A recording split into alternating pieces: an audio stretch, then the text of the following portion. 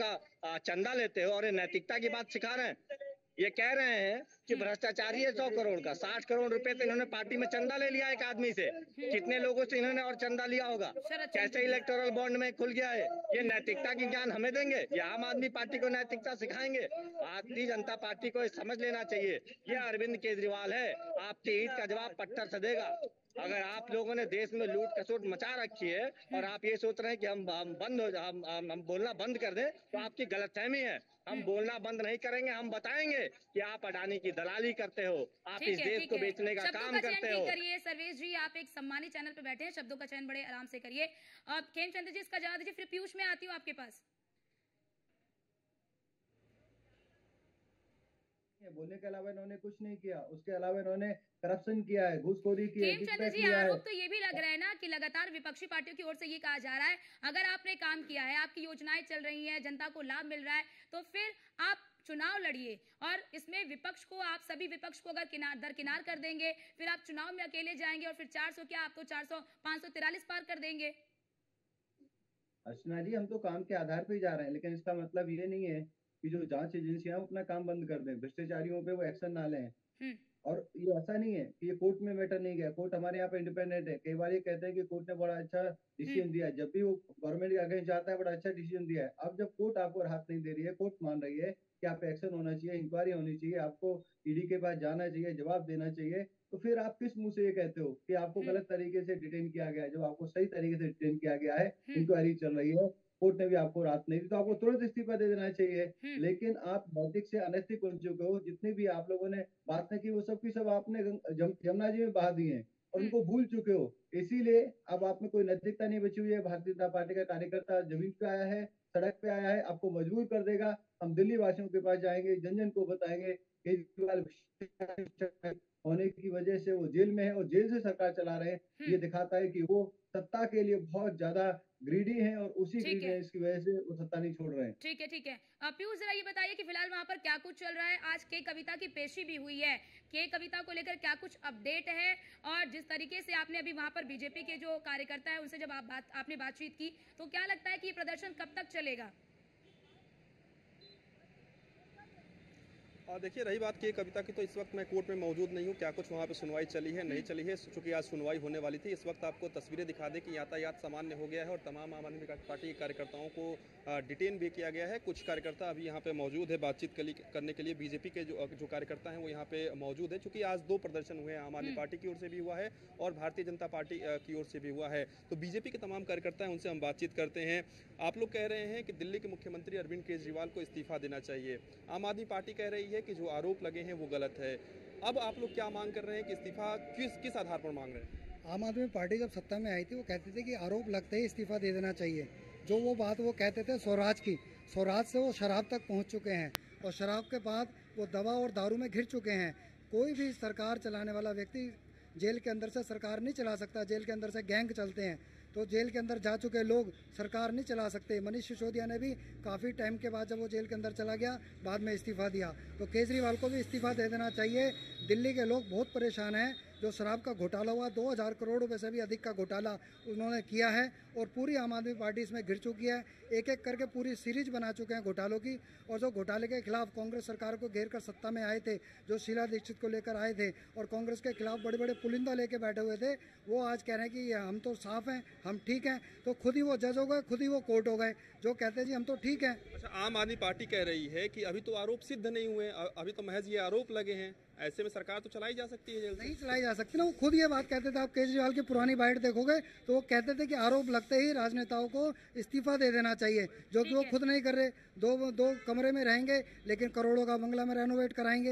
ये सब चीजों से वो झूठ साबित हो चुके हैं, जिसके आधार पर दिल्ली नहीं चल सकती।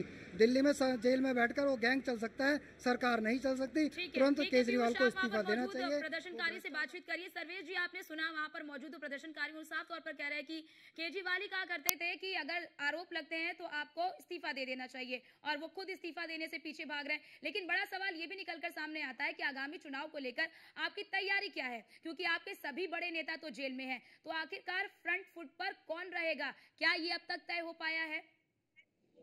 देखिए, पहले तो इनमें भाजपाई कार्यकर्ता जो थे उनका जवाब देना चाहता हूँ। ये बताएं पहले कि भाजपा कौन सा गैंग चला रही है जेलों से। ये कह रहे थे ना जेलों से गैंग चलते हैं, तो दिल्ली में तो इन्हीं की सरकार है, केंद्र सरकार के अंदर में पुलिस आती है।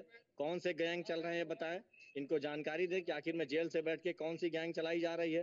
कानून में कौन सी ऐसी लाइन है जिसके तहत जेल से सरकार नहीं चलाई जा सकती है। जब सुब्रत राय जेल से बैठे अपना बिजनेस चला सकते हैं, क्या अरविंद केजरीवाल दिल्ली की जनता का काम नहीं कर सकते हैं? तमाम ऐसे मैं आपको उदाहरण दे दूंगा।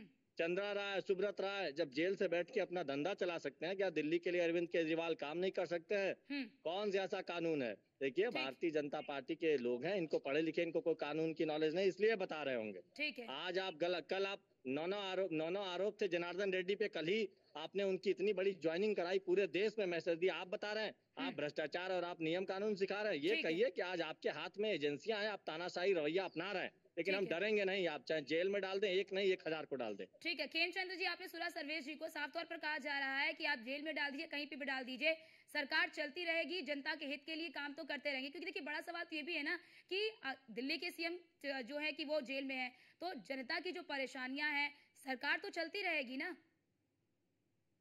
नहीं, कैसे भारतीय जनता पार्टी के कार्यकर्ता जमीन पे जाएंगे, संघर्ष करेंगे और लोगों को साथ में लेके इनको मजबूर कर देंगे। जेल से सरकार नहीं चलती है। जेल में जेल मैनुअल है। जेल में ये नहीं है कि आपने चिट्ठी जारी कर दी और सरकार चलेगी। कैसे चलेगी? कौन जिम्मेदार है? कौन रिस्पॉन्सिबल है? कौन रिस्पॉन्सिबिलिटी लेगा?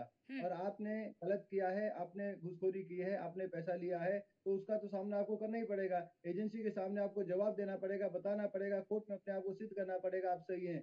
आप सही नहीं है। कोर्ट ने जब पूछा ईडी से, तो ईडी ने अपनी बातें रखी तो आपको वहां पे कोई राहत नहीं मिली। अपने आप में दिखाता है कि आप डीपली इन्वॉल्व हैं और अब आप घमंड दिखाते हैं और आप कहते हैं कि नहीं, हम नहीं हटेंगे, हम नहीं सरकार छोड़ेंगे और हम सरकार दिल्ली से उसे जेल से ही चलाएंगे। और जेल से, अरे जेल से तो गैंग वास्तव में कहते हैं, क्योंकि जेल में किसको डाला जाता है? जो अपराधी है, फाइनेंशियल अपराधी है या फिर उसने क्राइम किया है, उनको जेल में डाला जाता है और वहां से वो लेकिन खेमचंद्र जी, बड़ा सवाल देखिए ये भी तो उठता है ना कि 1 साल से ज्यादा हो गया है, मनीष सिसोदिया जेल में है, 6 महीने से ज्यादा हो गया है, संजय सिंह जेल में है, अभी भी वो आरोपी हैं, दोष सिद्धि अभी तक नहीं हो पाई है, जबकि एजेंसी की तरफ से कहा जा रहा है कि तमाम सबूत हैं, केजरीवाल के खिलाफ भी तमाम सबूत हैं और मनीष सिसोदिया के खिलाफ भी, संजय सिंह के खिलाफ भी तमाम सबूत हैं। अर्चना जी, वहाँ कोर्ट देख रहा है, हमारे यहाँ पे इंडिपेंडेंट कोर्ट है। अगर ये बातें या उनके खिलाफ एविडेंस या फिर जो जांच है बहुत वीक होती, तो क्या उनको जमानत नहीं मिलती? क्या लोगों को जमानत नहीं मिल रही है? क्या बहुत सारे आम आदमी पार्टी या कांग्रेस के लोगों को अन्य केसों में जमानत नहीं मिली? इसका मतलब एविडेंस जो है क्रेडिबल एविडेंस है। और हमारे यहाँ पे जो न्याय सिस्टम है, हमारे यहाँ पे जो जुडिशरी सिस्टम है, उसका अपना प्रोसेस है, उसमें हम लोग इंटरवेंशन नहीं कर सकते। अगर ये जुडिशरी पे सवाल उठाते हैं तो ये इनकी प्रॉब्लम है। जब कोई डिसीजन इनके फेवर में आता है तो ठीक है, जुडिशरी बहुत अच्छा है, लेकिन जैसे ही डिसीजन इनके फेवर में नहीं रहता, क्योंकि ये गलत है, ये इन्वॉल्व है, ये करप्शन किया हुआ इन्होंने, तो फिर कहते हैं देखिए जुडिशरी लेट कर रहा है, जुडिशरी ने कोई डिसीजन नहीं दिया। आप जुडिशरी में जाइए, आपके पास तो एक से एक बड़ा वकील है। आप इतने महंगे वकीलों को हायर कर रहे हैं, इतने महंगे वकील, जितना पैसा आपने वकीलों पे खर्चा किया है उतना अगर आप जनता की सेवा में करते तो आपको ऐसा करने की जरूरत नहीं पड़ती। ठीक है सर्वेश, इसका जवाब दीजिए। पीयूष में आती हूँ फिर आपके पास। जाहिर हो गई है, दिल्ली में चुनावों के माध्यम से तो ये जीत नहीं पा रहे थे। दिल्ली में तो इनको हमने स्कूटर वाली पार्टी बना दिया था, एक स्कूटर पे 3-3 तक आ गए थे। बहुत मेहनत करके बेचारे पहुंचे, तो अभी 8 पहुंचे थे। इनको पता था फिर से इनका खात्मा होने जा रहा। लोकसभा के चुनाव में इनके ये हालात आ गई कि सभी सांसदों के टिकट बदलने पड़े, 2-2 बार सांसदों रहने के बावजूद भी। ये हार का डर इनको इतना ज्यादा सता रहा है का आप कुछ तो हो नहीं रहा। चुनाव में तो देखो हम जीत नहीं पा रहे हैं, अब ईडी और सीबीआई हमारे पास है तो आप जेल में डाल दो। ये यही है, ये किसी कानून नहीं बता पाएंगे और हम जेल से भी सरकार चला रहे हैं। अब इनको समझ नहीं आ रहा करे तो करे क्या, क्योंकि केजरीवाल के पास लोगों की ताकत है, जुनून की ताकत है। इनके पास क्या है? सत्ता की ताकत है। और इनको पता है कि जब जुनून और सत्ता की लड़ाई होती है तो सत्ता हमेशा हारती है, जुनून जीतता है। आज अरविंद केजरीवाल का जुनून पूरे देश में जीत रहा है। ये देख रहे हैं कैसे इनको केजरीवाल की गिरफ्तारी उल्टी पड़ रही है।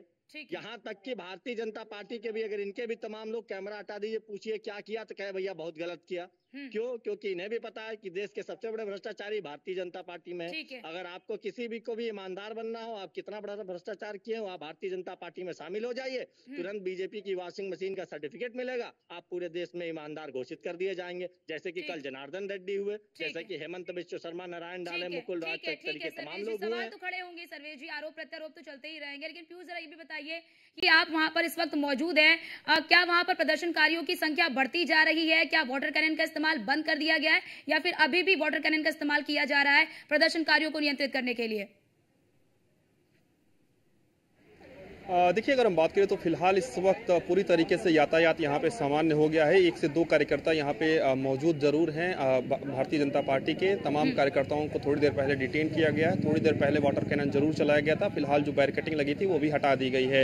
एक बार आपको तस्वीरें दिखा दें, क्योंकि यहीं पे प्रदर्शन हो रहा था और कहीं ना कहीं अभी पूरी तरीके से स्थितियाँ जो है वो सामान्य है और यहाँ पे यातायात जो है वो सुचारू रूप से चल रहा है। तमाम जो बीजेपी के कार्यकर्ता है वो हमारे साथ है, लेकिन सबसे बड़ी बात है कि आप समझिए कि किस तरीके से एक दौर में आम आदमी पार्टी ने ये शुरुआत की थी कि हम आम आदमी हैं और आम आदमी की तरह राजनीति करेंगे। भारतीय जनता पार्टी ये आरोप लगा रही है, क्योंकि तमाम नेताओं पर गंभीर आरोप लगे, ना सिर्फ आम आदमी पार्टी के नेताओं की बात करें बल्कि। ठीक है पीयूष, ठीक है।